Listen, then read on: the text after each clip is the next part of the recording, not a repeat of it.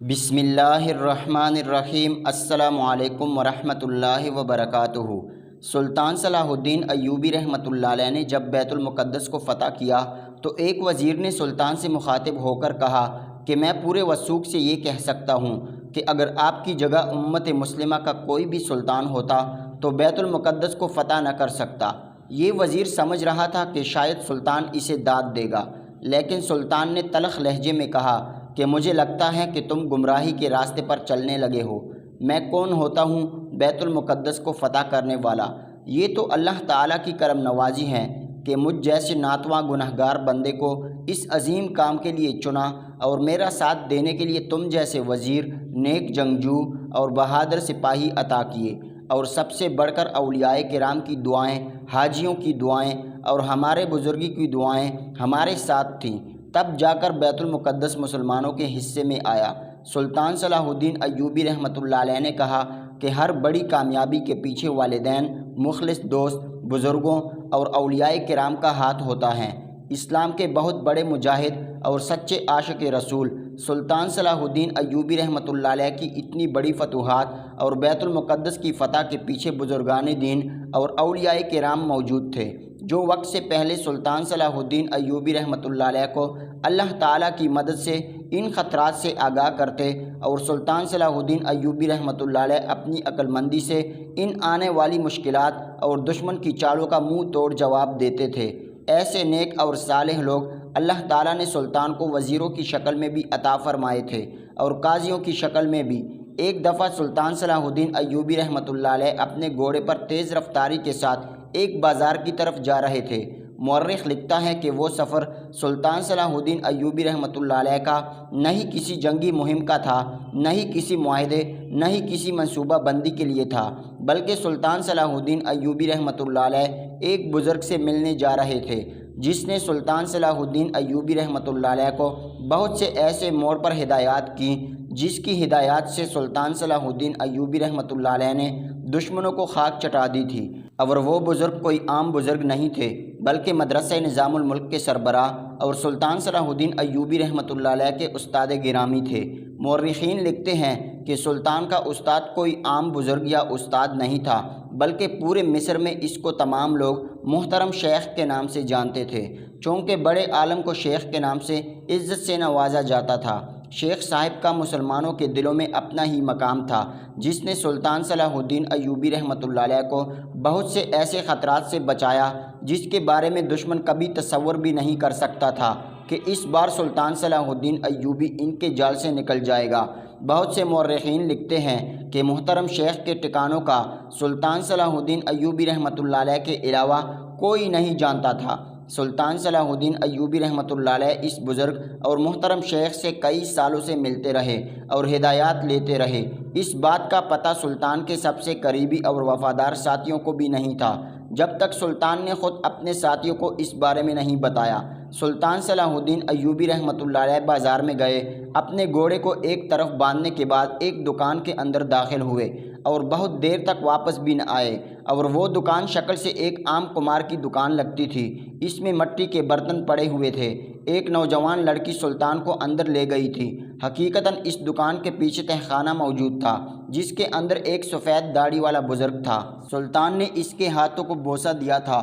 اس کی بیٹی باہر برتن بازار میں فروخت کرتی اور وہ بزرگ برتن بنا کر اپنی بیٹی کو دیتا تھا، لیکن کوئی نہیں جانتا تھا کہ اس دکان کے پیچھے ایک تہخانہ ہے جس میں وہ بزرگ رہتے ہیں۔ در حقیقت یہی وہ بزرگ شیخ محترم تھے جن سے سلطان نے مدرسہ نظام الملک میں تعلیم بھی حاصل کی تھی، اور آج کل یہ مٹی کے برتن بنا کر اپنی زندگی کا گزر بسر کر رہے تھے۔ سلطان کے لاکھ کہنے کے باوجود بھی یہ سلطان کے ساتھ محل میں نہیں رہنا چاہتے، اور انہی سے سلطان صلاح الدین ایوبی رحمۃ اللہ علیہ ملنے کے لیے آئے تھے۔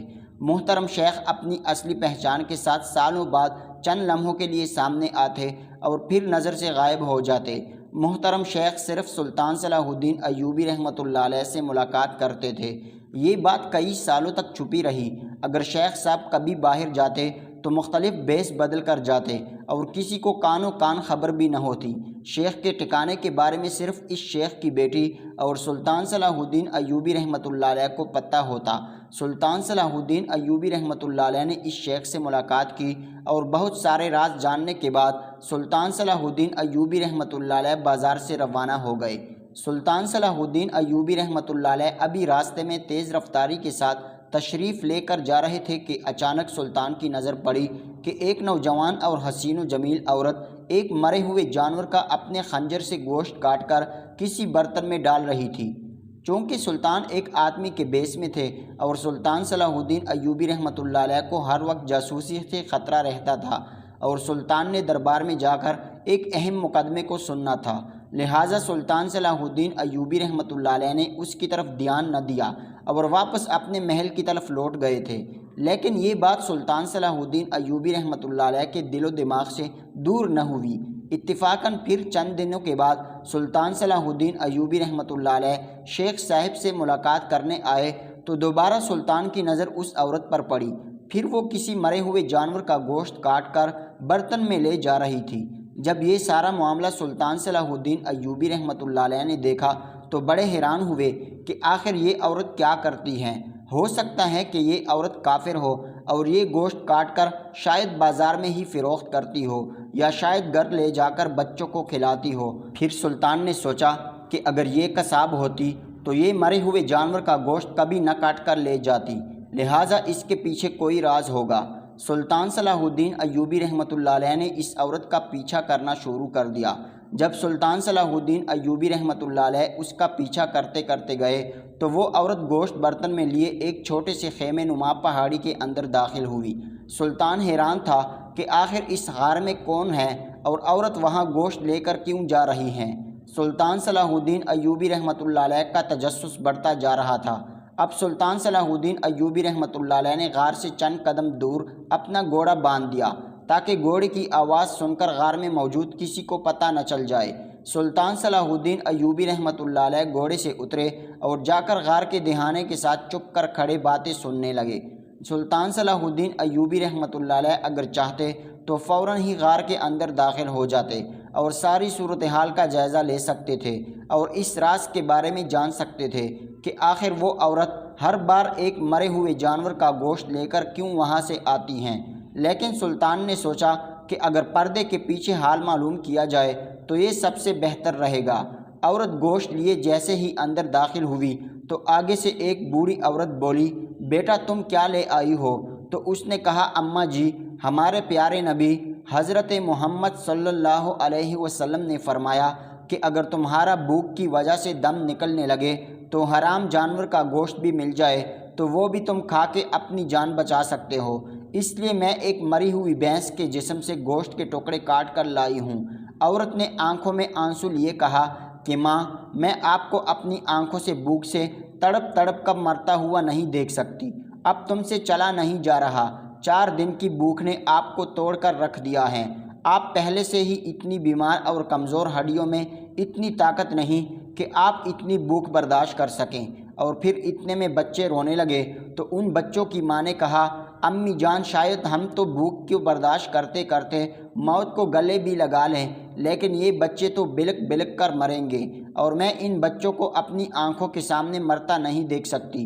اور ماں، ویسے بھی ہمارا کون سا کوئی کمائے والا ہے اور ہمارا حکمران تو نہ جانے کن عیاشیوں میں پڑا ہے کہ جس کو غریبوں کی فکر تک نہیں، اس کے گھر میں چولہا جلتا ہے یا نہیں، وہ خود تو محلوں میں شاہی کھانا کھاتے ہیں، شاہی بستر پر آرام فرماتے ہیں، وہ بلا غریب کے درد کو کیا سمجھیں گے۔ باقی خدا کا شکر ہے کہ وہ جس حال میں رکھیں، اس لیے میں ایک مردان جانور کے جسم سے گوشت کاٹ کر لے آئی ہوں۔ اور پھر اس عورت نے ایک اور برتن میں گوشت کو ڈالا، پانی کے ساتھ دھونے کے بعد اس میں نمک ڈال کر ہانڈی چڑھا دی۔ سلطان صلاح الدین ایوبی رحمۃ اللہ علیہ یہ سارا منظر دیکھ کر اپنے آنسوؤں پر قابو نہ رکھ سکے اور اسی دیوار کے ساتھ ٹیک لگا کر رونے لگے اور اللہ تعالیٰ سے معافی مانگ رہے تھے، یا اللہ مجھے معاف کر دے، میں بہت کمزور آدمی ہوں، میری لاکھ کوششوں کے باوجود اگر کسی جگہ کمی رہ جاتی ہے تو مجھے معاف کر دے، کیونکہ سلطان جو خود غریبوں کی طرح کھانا کھاتا تاکہ میری سلطنت میں کوئی بھی آدمی بھوکا نہ رہ جائے۔ سلطان صلاح الدین ایوبی رحمۃ اللہ علیہ نے اپنی پوری زندگی میں کبھی 2 ہانڈیوں کے ساتھ روٹی نہیں کھائی، کیونکہ سلطان اپنی رعایا کے حال سے واقف تھا۔ جب سلطان نے یہ سارا منظر دیکھا تو سلطان دل سے تڑپ گیا اور سلطان کی آنکھوں سے مسلسل آنسو جاری رہے۔ سلطان صلاح الدین ایوبی رحمۃ اللہ علیہ نے جب اپنی آنکھوں سے ان چھوٹے چھوٹے بچوں کو روتے ہوئے دیکھا جو بھوک کی وجہ سے نڈال ہو چکے تھے اور بلک بلک کر رو رہے تھے، بھوک سے اس کی بوڑھی ماں اب چلنے کے قابل نہ تھی۔ اس عورت نے جیسے ہی ہانڈی نیچے اتاری تو چھوٹے چھوٹے بچے کھانا کھانے کے لیے اس کے گرد اکٹھے ہو گئے۔ سلطان صلاح الدین ایوبی رحمۃ اللہ علیہ اسی وقت غار کے اندر داخل ہوئے اور کہا، ابھی اور اسی وقت رک جاؤ، تمہیں یہ مردان جانور کا گوشت کھانے کی ضرورت نہیں۔ سلطان صلاح الدین ایوبی رحمۃ اللہ علیہ کے اچانک داخل ہونے پر معصوم بچے خوفزدہ ہو گئے، کیونکہ سلطان صلاح الدین ایوبی رحمۃ اللہ علیہ کے نیام میں تلوار بھی موجود تھی۔ بوڑھی عورت نے کہا، اے نوجوان، وہی رک جاؤ، ہمارے پاس ایسی کوئی چیز موجود نہیں جو ہم آپ کو دے سکیں۔ ہمارے سر پر چھت نہیں، ہمارے پاس کھانے کے لیے کچھ موجود نہیں، ہم ایک مردان جانور کا گوشت کھا رہے ہیں۔ وہ عورت سمجھے کہ شاید کوئی ڈاکو یا چور وغیرہ آ گیا ہے اور غصے سے بولی، تم ہم سے کیا چاہتے ہو؟ ہم غریب ضرور ہیں، لیکن میں اپنی بیٹی کو تمہیں ہاتھ بھی نہیں لگانے دوں گی۔ یہ باتیں سن کر سلطان کی آنکھوں میں رکے ہوئے آنسو دوبارہ سے شروع ہو گئے اور اب سلطان صلاح الدین ایوبی رحمۃ اللہ علیہ کھل کر بچوں کی طرح رونے لگے۔ جب اس بوڑھی عورت نے سلطان کی آنکھوں سے آنسو دیکھے تو وہ سمجھ گئی کہ یہ کوئی چور یا ڈاکو نہیں ہے، بلکہ اللہ کا بھیجا ہوا مددگار ہے۔ سلطان صلاح الدین ایوبی رحمۃ اللہ علیہ نے اسی وقت وہ پکی ہوئی ہانڈی غار کے باہر پھینکی تو اس کو لومڑیوں نے وہی چاٹ لیا۔ اب بچے اور بوڑھی عورت بھوکی نظروں سے سلطان کو دیکھ رہے تھے۔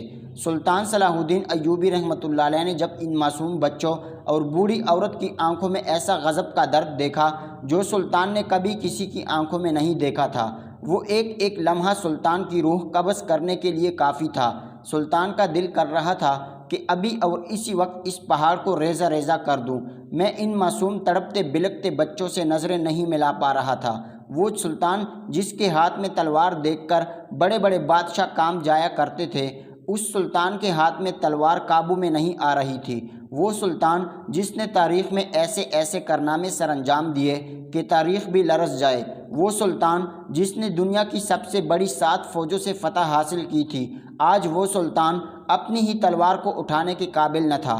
سلطان فرماتے ہیں کہ وہ بوڑھی عورت مجھ سے کہنے لگی، بیٹا تم نے ہمارا کھانا کیوں پھینک دیا؟ بھوک سے ہماری آخری سانسیں چل رہی ہیں، ایسا ظلم ہم پر نہ کرو، جو کھانا پکایا وہ بھی آپ نے پھینک دیا۔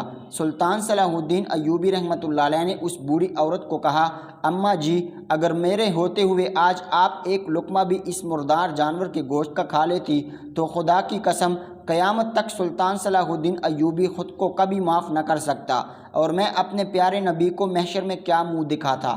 جب سلطان کے یہ فکرے اس بوڑھی عورت نے سنے تو کہنے لگی، سلطان معظم آپ اور یہاں؟ سلطان نے کہا، مجھ گناہگار کو معاف کر دیجئے، میری اس سرزمین پر حکمرانی ہوتے ہوئے آپ کے ان چھوٹے اور بلکتے بچوں کو ایک حرام مردار جانور کا گوشت کھانا پڑا۔ اتنے میں بوڑھی عورت کہنے لگی، سلطان معظم آپ کو شرمندہ ہونے کی ضرورت نہیں، ہم سب کو معلوم ہے جو سلطان کھانا بھی گھوڑے پر بیٹھے ہوئے کھاتا ہو، ہر وقت اس کا جنگوں میں گزرتا ہے، کیا اس کے خلاف میں بروز محشر اللہ کے سامنے شکایت کر سکتی ہوں؟ اس بوڑھی عورت کا یہ جواب سن کر سلطان صلاح الدین ایوبی رحمۃ اللہ علیہ اسی وقت رونے لگے۔ پھر سلطان صلاح الدین ایوبی رحمۃ اللہ علیہ نے اس خاتون کو کہا، اے خاتون، اگر تم چاہتی تو کسی تاجر یا دکاندار کے پاس مزدوری کر کے ان کے لیے کھانے کا بندوبست کر سکتی تھی، لیکن تم نے مزدوری کرنے کی بجائے ان کو حرام جانور کا گوشت کھلانے کو بہتر سمجھا۔ تو وہ خاتون کہنے لگی، سلطان معظم یہ قدم میں نے اس وقت اٹھایا جب مجھے کوئی اور راستہ نہ دکھا۔ تو سلطان کہنے لگا، تم کھل کر بتاؤ کیا ہوا؟ تو وہ خاتون کہنے لگی، سلطان معظم میں اور میرا شوہر میرے شوہر کی والدہ اور دوسرے علاقے سے اپنا مال گھر سب کچھ بیچ کر اس سرزمین پر آ رہے تھے کہ راستے میں ڈاکو نے ہم پر حملہ کر کے ہم سے سب کچھ لوٹ لیا اور مزاحمت کرنے پر میرے شوہر کو قتل کر دیا۔ ہم خالی ہاتھ وہاں سے چلتے چلتے یہاں پہنچے، ہمیں سر چھپانے کے لیے صرف یہ غار ملا۔ میں نے اپنی والدہ کو اور بچوں کو اس غار میں بٹھایا اور چند سکے کمانے کی خاطر باہر نکلی۔ میں چند تاجروں کے پاس گئی تو ان میں سے اکثر تاجروں نے کہا ہم کسی ناتجربہ کار عورت کو کام نہیں دے سکتے، ہمارا اس سے نقصان ہو سکتا ہے۔ اور آخر مجھے ایک قصاب کی دکان دکھائی دی جہاں بہت ہجوم لگا ہوا تھا اور وہ اکیلا گاہکوں کو سنبھال رہا تھا۔ میں اس کے پاس گئی اور کہا بھائی صاحب، اگر تم مجھے کام دے دو تو میں تمہاری مدد کروں گی اور تم مجھے میرے بچوں کے لیے تھوڑا سا شام کو گوشت دے دینا۔ تو ظالم قصاب نے کہا تم شام کو آنا، ہم بات کریں گے۔